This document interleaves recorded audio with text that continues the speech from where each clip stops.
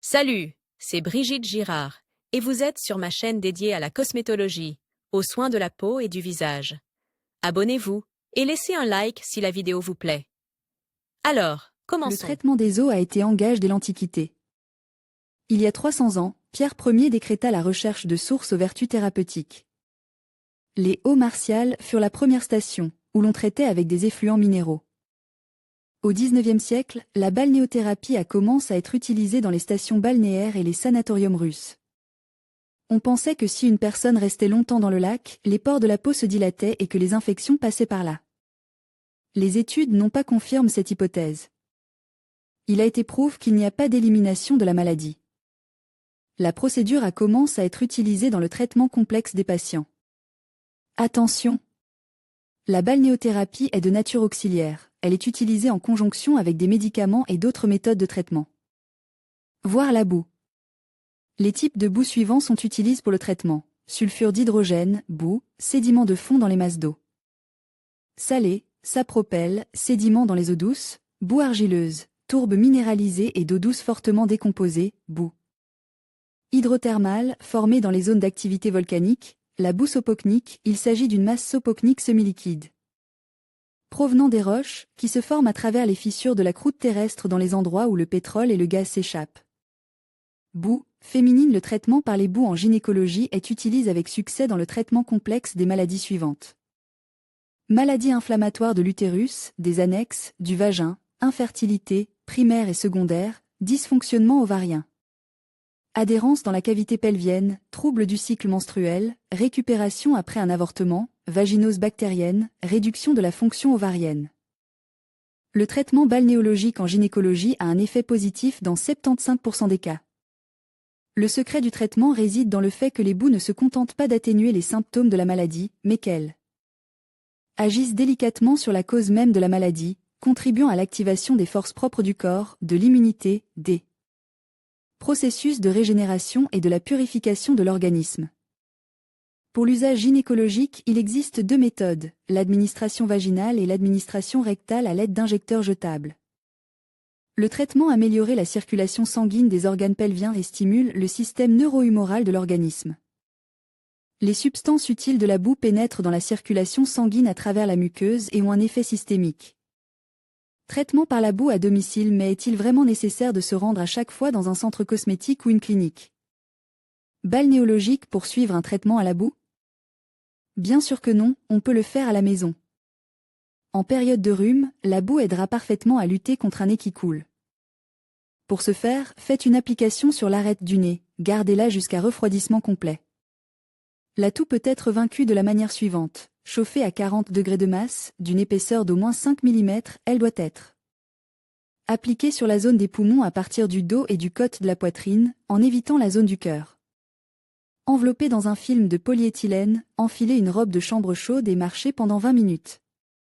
Il est préférable d'effectuer cette procédure avant de se coucher et tous les 2 jours. Traitement particulièrement efficace des maladies articulaires rhumatismales à domicile. Pour ce faire, achetez de la tourbe ou de la boue de sapropel, faites-la chauffer au bain-marie à 40 degrés, faites une application. À l'endroit désir, recouvrez d'un film de polyéthylène et allongez-vous pendant une demi-heure pour vous reposer sous une couverture chaude. Le soulagement vient du réchauffement de l'articulation douloureuse, de la stimulation des terminaisons nerveuses et de la production d'hormones qui réduisent l'inflammation.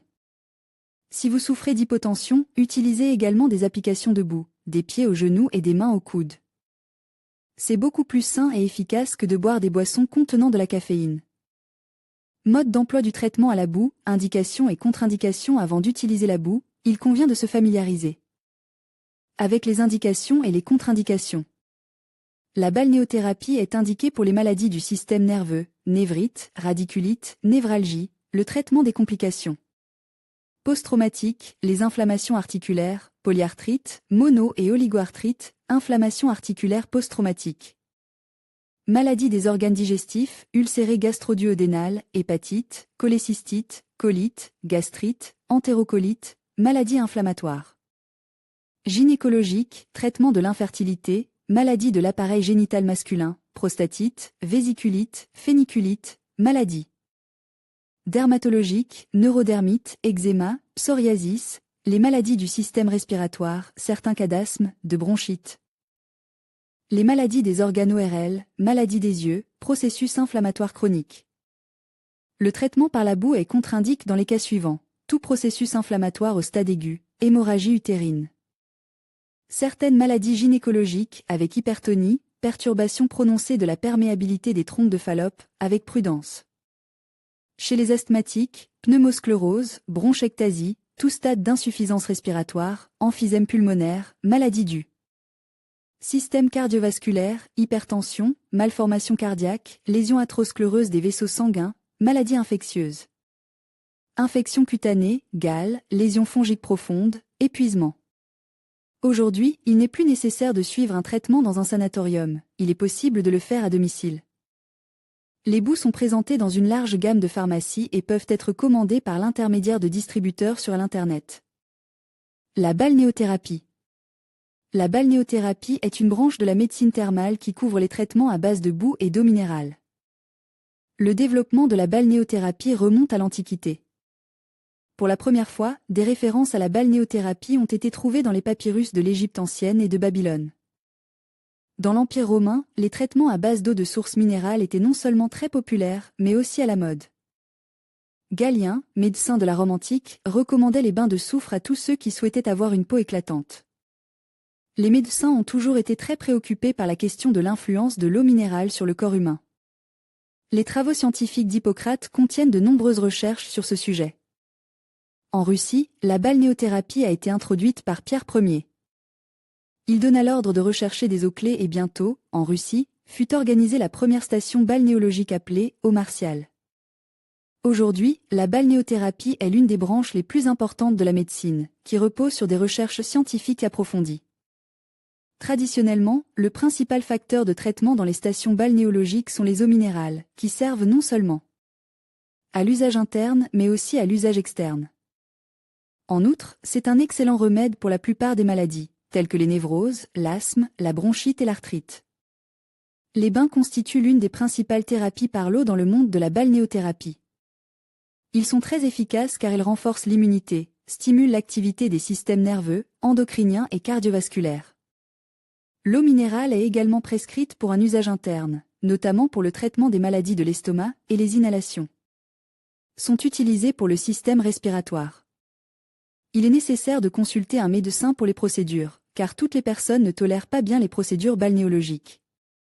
Nous énumérons les contre-indications, maladies infectieuses, tuberculose en phase active, maladie rénale chronique, épuisement général grave, etc. Les eaux minérales, en fonction de leur spécificité, peuvent être différenciées par type, iodo-bromique, sulfure, acide carbonique, sulfure d'hydrogène et autres. Chaque type a ses propres directives médicales strictes. Par exemple, les bains de sulfure d'hydrogène dilatent fortement les vaisseaux sanguins, améliorent les fonctions de la peau, augmentent le métabolisme de l'organisme et éliminent les toxines. Les eaux minérales sont des substances minérales biologiquement actives qui sont dissoutes dans le liquide. Par exemple, les bains de brome et d'iode ont un effet bactéricide. Une fois dans le corps à travers les poumons et la peau, ils reconstituent la quantité nécessaire d'éléments indispensables à la vie. Ces bains sont utiles en cas de maladie des systèmes cardiovasculaires et endocriniens. L'iode a un effet bénéfique sur le métabolisme de nos organismes, ce qui a un effet positif sur notre bien-être. Le sel de mer est souvent utilisé en balnéothérapie, car il se dépose sur la peau et agit sur les nerfs non seulement pendant, mais aussi après la procédure.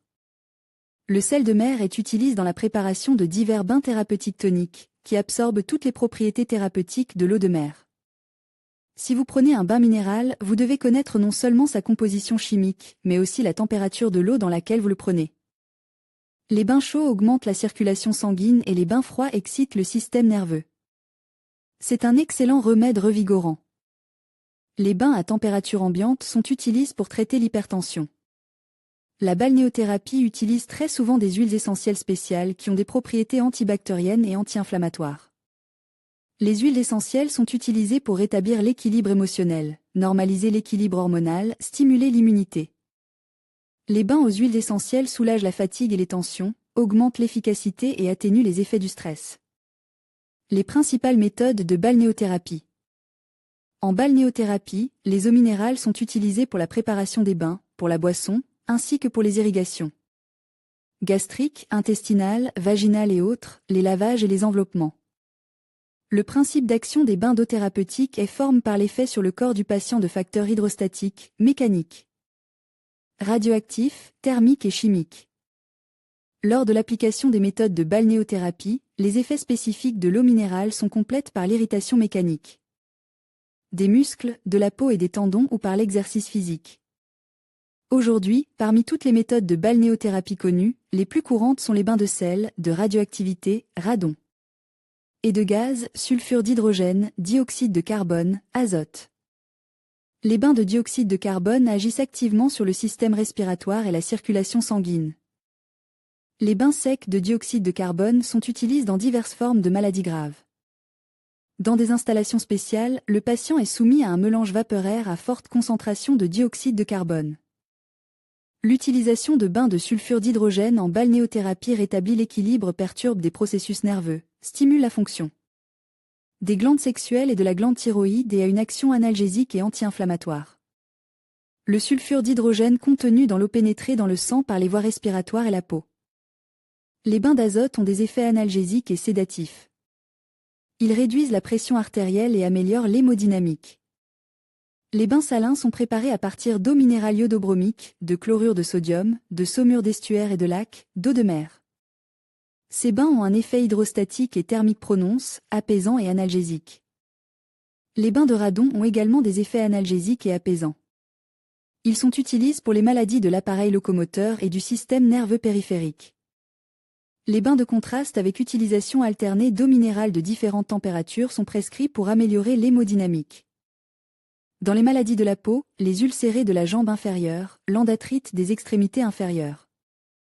L'irrigation de la tête et du visage du patient, douche locale, est utilisée pour les maladies de diverses parties de la tête et du visage, les névroses et les névralgies, la séborrhée. La balnéothérapie sous forme de douche ascendante, périnéale, est prescrite pour les maladies des organes génitaux, la prostatite, les hémorroïdes. Les douches massages à l'eau sulfurée sont prescrites pour les maladies de l'appareil locomoteur, du système nerveux périphérique et de l'obésité. Les piscines thérapeutiques d'eau de mer, de sulfure et de chlorure de sodium sont généralement utilisées pour la gymnastique thérapeutique. En cas de maladie de l'appareil locomoteur. Type d'hydrothérapie. Il convient de noter que, contrairement à d'autres méthodes de traitement, l'hydrothérapie se caractérise par sa simplicité et son accessibilité. Pour s'en assurer, il suffit de consulter la liste des actes proposés par cette méthode thérapeutique. Comment vivre jusqu'à 100 ans? 11 tests à faire si vous n'arrivez pas à perdre du poids. Contre-indication de la douche de Charcot. Ce qu'il faut savoir 1. Les bains. Un bain généraux. Le patient est complètement immergé dans l'eau, seul le cou et la tête restent à l'extérieur, et y passe toute la durée de la procédure. Dans l'état le plus détendu possible. L'effet curatif sur le corps est obtenu grâce à une certaine température de l'eau. La durée de la procédure est limitée à 15 à 20 minutes. 1.2 Bain de contraste. Type d'hydrothérapie dans lequel le patient passe d'un bassin à l'autre, 3 minutes dans l'eau chaude et 1 minute dans l'eau froide. Les transitions sont répétées jusqu'à 6 fois. 1.3 Bain moussant. Pour la procédure, de l'eau chaude est versée au fond de la baignoire avec l'ajout d'un agent moussant et une bouteille de gaz comprime est mise en marche. Le patient est allongé sur une grille spéciale qui ne lui permet pas d'entrer en contact avec l'eau, mais tout son corps est enveloppé d'une mousse douce. La procédure dure 15 minutes.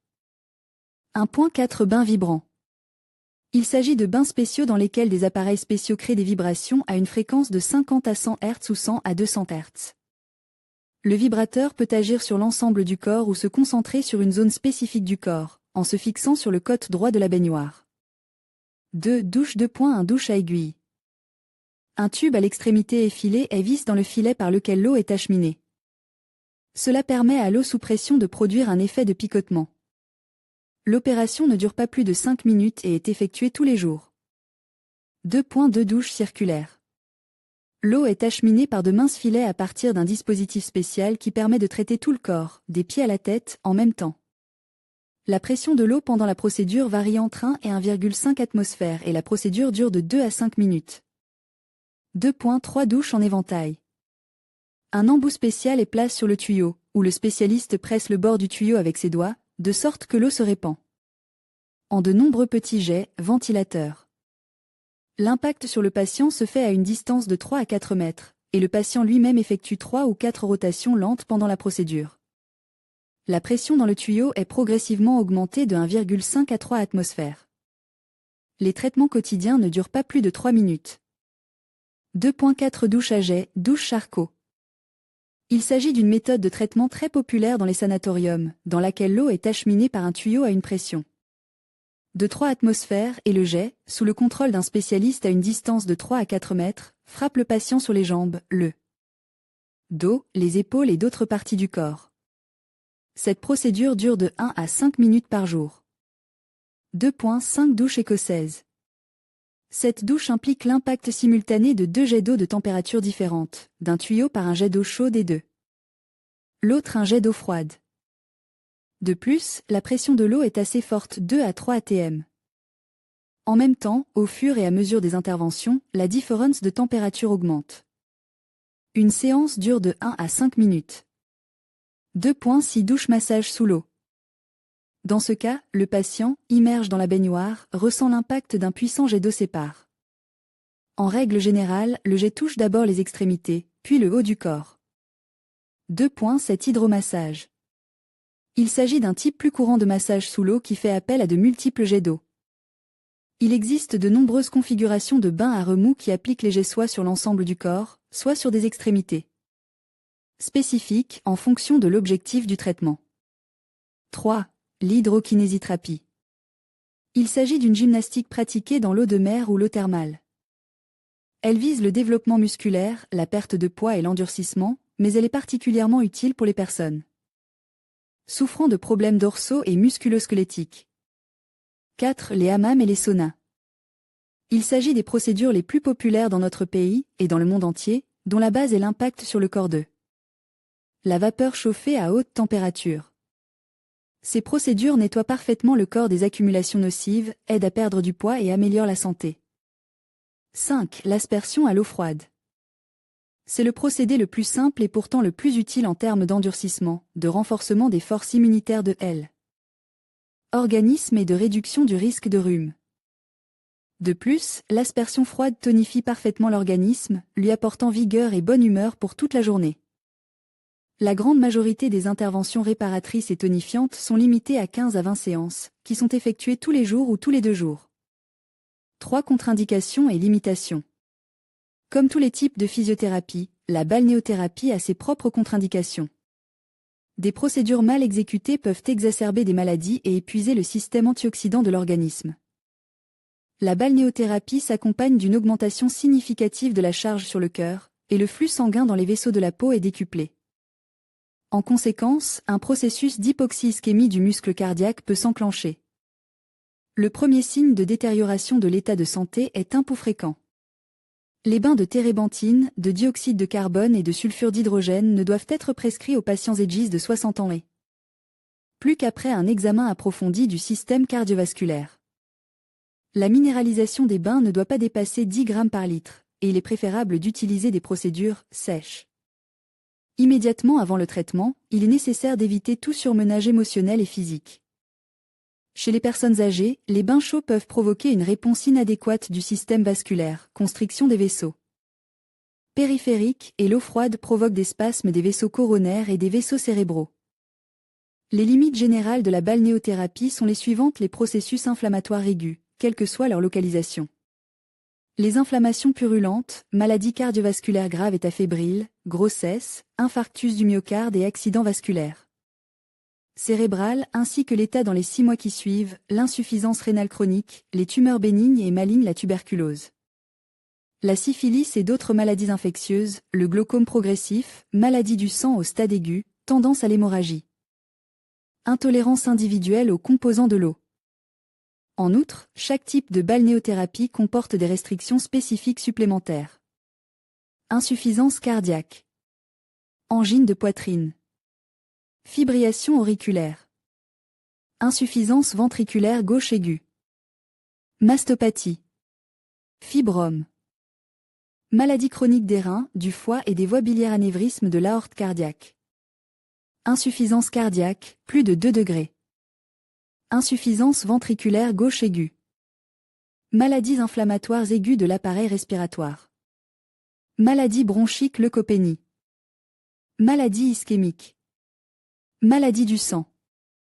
Maladie des radiations. Hypothyroïdie. Épilepsie. Anomalie sanguine. Insuffisance circulatoire supérieure au 2e degré. Névrose grave hypothyroïdie. Thrombophlébite récurrente. Thyrotoxicose dans sa forme sévère. Obésité associée à un syndrome hypothalamique. Goutte insuffisance cardiaque au stade de la décompensation. Inflammation de la paroi interne ou du muscle du cœur. Angine de poitrine. Troubles de la circulation cérébrale et coronaire. Maladie du foie et des reins. Maladies inflammatoires des articulations au stade aigu. Maladie cardiaque ischémique chronique. Thyrotoxicose. Mastopathie. Fibrome. Toute atteinte à l'intégrité de la peau. Ulcère trophique. Inflammation des parois des vaisseaux sanguins. Exacerbation des varices. Diabète sucre. Inflammation de la membrane synoviale des articulations. Hépatite, cirrhose du foie. Glomérulonéphrite chronique. Insuffisance cardiaque supérieure au 2e degré. Angine de poitrine. Troubles du rythme cardiaque. Extrasystolie d'origine organique. Il existe également des restrictions dans la pratique pédiatrique, les eaux de dioxyde de carbone. De chlorure de sodium, d'iode-bromie, de radon sont prescrites à partir de l'âge de 2 ans, les eaux sulfurées à partir de l'âge de 4 ans, oxygène, eau perlée à partir de l'âge de 5 ans, azote à partir de 6 ans, contraste à partir de l'âge de 7 ans. En tant que sédatif pour les jeunes enfants, l'utilisation de bains de conifères et d'aromates, avec l'ajout de sel de mer en quantité réduite, est autorisée. Le sulfure d'hydrogène est essentiellement un poison qui agit au niveau cellulaire. Le dioxyde de carbone affecte activement le système circulatoire et les bains de radon constituent un type de radiothérapie, de sorte que leur utilisation pour le traitement des enfants est limitée. Traitement balnéologique. Les bains de gaz sont souvent utilisés dans le traitement d'un certain nombre de maladies oculaires. Les plus utilisés sont les bains de sulfure d'hydrogène, Macesta Sochi, et de radon, radioactif, Piatigorsk, Skaltubo, Belokurica et autres. Certains auteurs ont utilisé la vaporisation cornéenne, une méthode d'irrigation de la cornée avec de l'eau sulfureuse provenant de la source numéro 4 de Matsesta. Les indications pour l'utilisation thérapeutique des procédures balnéologiques dans la pratique ophtalmologique, ainsi que leur méthodologie, sont encore insuffisamment développées. Elles sont le plus souvent utilisées chez les patients souffrant de maladies oculaires chroniques récurrentes, iritis, iridocyclite. Étiologie rhumatismale ou goûteuse, moins souvent en cas de syphilis congénitale ou acquise, kératite parenchymateuse, lésion de l'appareil musculomoteur ou du nerf optique. Dans ces derniers cas, ils sont recommandés pour les patients présentant des manifestations de neurosyphilis, sécheresse spinale. Paralysie progressive, en présence d'une réaction de Wassermann positive persistante et en l'absence d'ataxie. X. Orloff, 1924, ép. F. Arkangelski, 1927, en utilisant la méthode de vaporisation dans le traitement de la kératite parenchymateuse spécifique, ont obtenu une lucidité cornéenne. Les procédures balnéologiques, Piatigorsk et Santuki, sont également indiquées en cas d'intoxication du nerf optique par le mercure, l'arsenic, ainsi que chez les patients souffrant d'iritis et de rétinopathie due au diabète, sans tendance à l'acidose. Traditionnellement, le principal facteur thérapeutique des stations est constitué par les eaux minérales à usage externe et interne, qui présentent un large éventail d'indicateurs thérapeutiques. Une station balnéologique est un type de station où les eaux minérales naturelles sont utilisées comme principal facteur thérapeutique. Les eaux peuvent être utilisées en externe, bains, piscines et autres, pour des cures de boissons, des inhalations et d'autres procédures. Il existe plusieurs types de stations balnéologiques, qui combinent différents types de traitements base sur des facteurs balnéologiques. Le principal facteur thérapeutique d'une station balnéologique est l'eau des sources minérales avec des eaux carboniques Kislovodsk, Arzny, Archamps, Borjomi, Darazin et autres, eaux sulfurées, sulfure d'hydrogène, Archemont, Goriachi-Cliuch, Yesk, Kéméry, Cliuchy. Luben-Veliki, Manji, Nemirov, Piatigorsk, Sochi, Sergevski-Mineralnivodi, Cernovodsk, Signac, Surakani, Talji, Ust-Kashka, Chimion, etc. Stations avec des eaux de radon Belokurica, Molokovka, Piatigorsk, Khmelnik, Skaltubo, etc. Stations avec des eaux de radon Belokurica, Molokovka, Piatigorsk, Khmelnik, Skaltubo, etc. Les termes siliceux azote faiblement minéralisés, eau chaude et tiède, se trouvent dans les stations d'Alma-Arazan, Anansky, Vody, Kapalarazan, Goriachinsk, Jalalabad, Issikata, Kuldur, Nalchik, Obigarm, Kvarcheli et d'autres. Les stations d'eau minérale potable, eau de composition chimique différente dont la minéralisation ne dépasse pas 10 à 12 grammes pour un litre. Les plus connus de la CEI sont Borjomi, Essentuki, Dzava, Djermuk, Druskininkai, Zeleznovodsk, Kachin, Krinka, Morchin, Piatigorsk, Serm, Troskavet, etc. Les stations balnéologiques les plus célèbres à l'étranger, Bad Elster, Brambach, Wiesenbad, RDA, Siechocinek, Pologne, Borsec. Bel Herculane, Roumanie, Carlo. La balnéologie est aussi ancienne que l'humanité. Dans l'Antiquité, le recours aux vertus curatives de l'eau était habituel et naturel. Dans de nombreuses régions du monde, le culte des sources s'est perpétué jusqu'à nos jours. Là où la civilisation technicienne s'est établie, les sources jaillissant du sous-sol ont pris la forme de fontaines décoratives, dirigées vers des coupes de marbre. Il devient prestigieux d'être au bord de l'eau.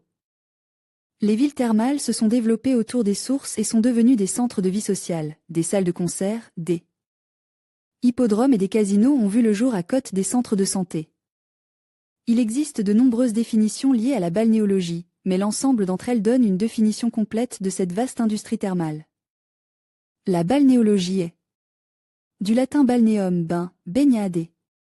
Ologie, section de la science médicale qui étudie l'origine et les propriétés physiques et chimiques des eaux minérales, les méthodes de leur utilisation à des fins thérapeutiques et prophylactiques en application externe et interne, les indications médicales et les contre-indications à leur utilisation.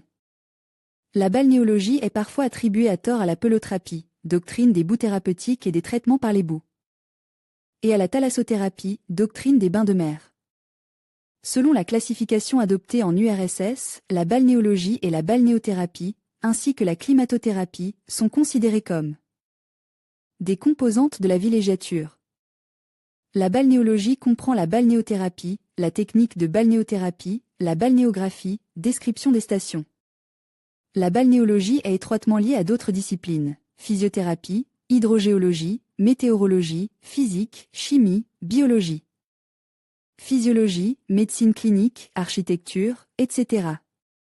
Balnéothérapie, du latin balneum, bain, baignade et thérapie, traitement externe par des eaux minérales, l'utilisation d'eau minérale naturelle est préparée artificiellement pour la prévention et le traitement de diverses maladies et à des fins de réadaptation médicale. La balnéothérapie comprend également l'utilisation d'eau minérale pour la boisson, le lavage-irrigation des intestins, l'inhalation, etc. Page 1. Une essence de la balnéothérapie. La balnéothérapie est un type de traitement par l'eau et de prévention des maladies, dans lequel les eaux minérales sont utilisées. Aussi bien sous forme de bain que pour la boisson, les inhalations, l'irrigation des intestins, du vagin, des organes ORL. Le principe de l'effet thérapeutique sur le corps humain est conditionné par plusieurs facteurs. 1. Le facteur thermique.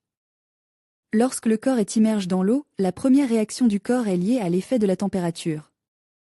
L'énergie thermique affecte pratiquement toute la surface du corps. Plus l'eau est chauffée, plus cet effet est prononcé. La température des bains d'eau minérale varie de plus 19 degrés, froid, à plus 44 degrés, chaud. L'augmentation de la température entraîne une augmentation de la lumière des vaisseaux sanguins, ce qui accroît le flux sanguin. La chaleur aide à soulager les spasmes musculaires, les douleurs, à atténuer les cicatrices sur la peau et à améliorer le système musculo-squelettique. Sous l'influence de la chaleur, les processus métaboliques sont accélérés, l'énergie est libérée et les toxines sont éliminées. Cet effet s'intensifie lorsque l'on utilise la méthode de l'alternance de bains minéraux froids et chauds. L'eau froide aide à durcir le corps et a un effet tonique. Les bains indifférents, 27 à 34 degrés Celsius, se caractérisent par un effet sédatif et contribuent à réduire la tension artérielle et le rythme cardiaque. 2. Le facteur chimique. L'effet des minéraux dissous dans l'eau a ses propres particularités. Le film de sel qui se déposait sur la peau forme une sorte de manteau salin qui agit durablement sur les récepteurs cutanés. La concentration de sel dans le bain doit être d'au moins 2 GE/litre. Lorsque l'on se baigne dans une eau contenant des gaz dissous, azote, dioxyde de carbone, sulfure d'hydrogène, radon, ceux-ci pénètrent dans le sang et se répandent dans les organes internes de la personne, dont la nutrition s'en trouve améliorée. Les eaux minéralisées sont largement répandues dans l'épaisseur de la croûte terrestre, elles remplissent les pores et les fissures. Des roches ont une composition chimique et une minéralisation différentes. On distingue les types suivants en fonction de la prédominance de l'un ou l'autre composant: l'acide carbonique, sulfure d'hydrogène. Sulfure, siliceux, ferrugineux, contenant de l'arsenic et du bore, iode, iodure de potassium, brome, iodobrome, acide minéral. Avec acide nitrique, sulfurique, chlorhydrique, radon, radioactif, sature de substances organiques. 3. Le facteur mécanique. L'immersion dans l'eau entraîne une augmentation de la pression sur le corps humain, dont la valeur dépend de la profondeur et de la minéralisation du milieu. Il en résulte une redistribution du flux sanguin dans le corps, le volume de sang circulant vers les organes internes augmentant. Dans le même temps, la force de gravité affectant le système musculo-squelettique est affaiblie, la charge sur la colonne vertébrale et les articulations est réduite. En cas d'aération, les bulles de gaz ont un effet mécanique supplémentaire sur le corps. En sortant de l'eau, le sang remonte vers la peau, ce qui explique son rougissement. Pendant cette période, des effets indésirables peuvent survenir: faiblesse, accélération du pouls, vertige. Pour réduire l'impact mécanique de l'eau minérale, appliquez des bains locaux et multichambres, diluez l'eau pour en réduire la densité. Lors du bain, laissez la zone du cœur ouverte, effectuez un drainage progressif et se reposer après l'intervention.